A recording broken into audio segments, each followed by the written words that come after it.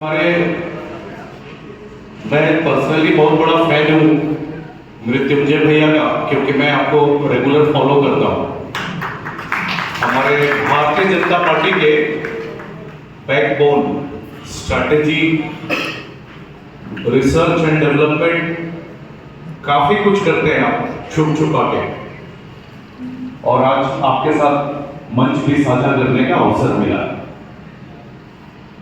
हमारे चंद्रवंशी जी के बारे में बात हो रही थी, तो पत्रकार भी रहे, पॉलिटिशियन भी और एंटरप्रेन्योर भी, तो सर्वगुण संपन्न। और आप तीनों भाइयों के आपस का कोऑर्डिनेशन बहुत अच्छा लगा। अगर ग्रो करना है तो ऐसा कोऑर्डिनेशन होना चाहिए। और इस सभागार में उपस्थित सभी व्यापारी एंटरप्रेन्योर, कुछ की तारीफ में सुन रहा था केसरी जी से, उनकी जर्नी के बारे में भी जाना तो बहुत अच्छा लगा, क्योंकि मैं इसी मिट्टी का हूँ।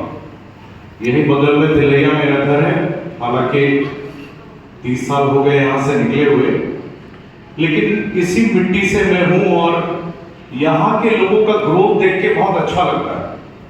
शुरुआत में जब हम कहीं बाहर जाते थे, मैंने इंजीनियरिंग की बीआईटी से, फिर मैं स्वीडन गया, वहां से उड़ीसा गया व्यापार करने के लिए। मैं स्टील एंड माइनिंग में हूं काफी समय से, तो मैं छुपाता था कि हमारा नेटिव प्लेस के, उसका एक और रीजन था, उसकी वैल्यू अब मेरे को समझ में आती है। पूरे भारतवर्ष का 40% एक्सकावेटर, बैकहो लोडर और उसके ऑपरेटर्स सबसे बेस्ट कहां मिलते हैं आपको पता है? आपके बरही में। पूरे देश में मैं 2002 में पहली यूनिट हम लोगों ने चालू की, तब हमें एक्सकावेटर्स की जरूरत पड़ी और ऑपरेटर्स की जरूरत पड़ी। तो मेरे को पता चला कंसोर्टियम है, 5-5, 6-6 लोग मिलके, भाई साहब एलएनटी के और इसके आती थी कोमात्सु की, एलएनटी कोमात्सु और एक दो कंपनीज हैं, तो 5-6 लोग घर के मिलके बैंक से लोन करा के लेके पूरा एक इकोसिस्टम एक्सकावेटर के आसपास घूमता है। और वो हिंदुस्तान में ही नहीं, विश्व भर में आपको यहां से मिलेगा।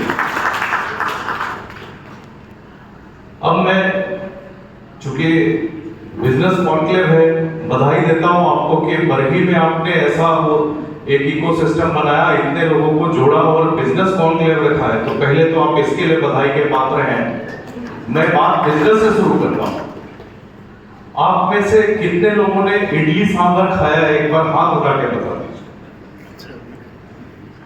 और ये व्यंजन कहां से आया आपको पता ही होगा, बताइए।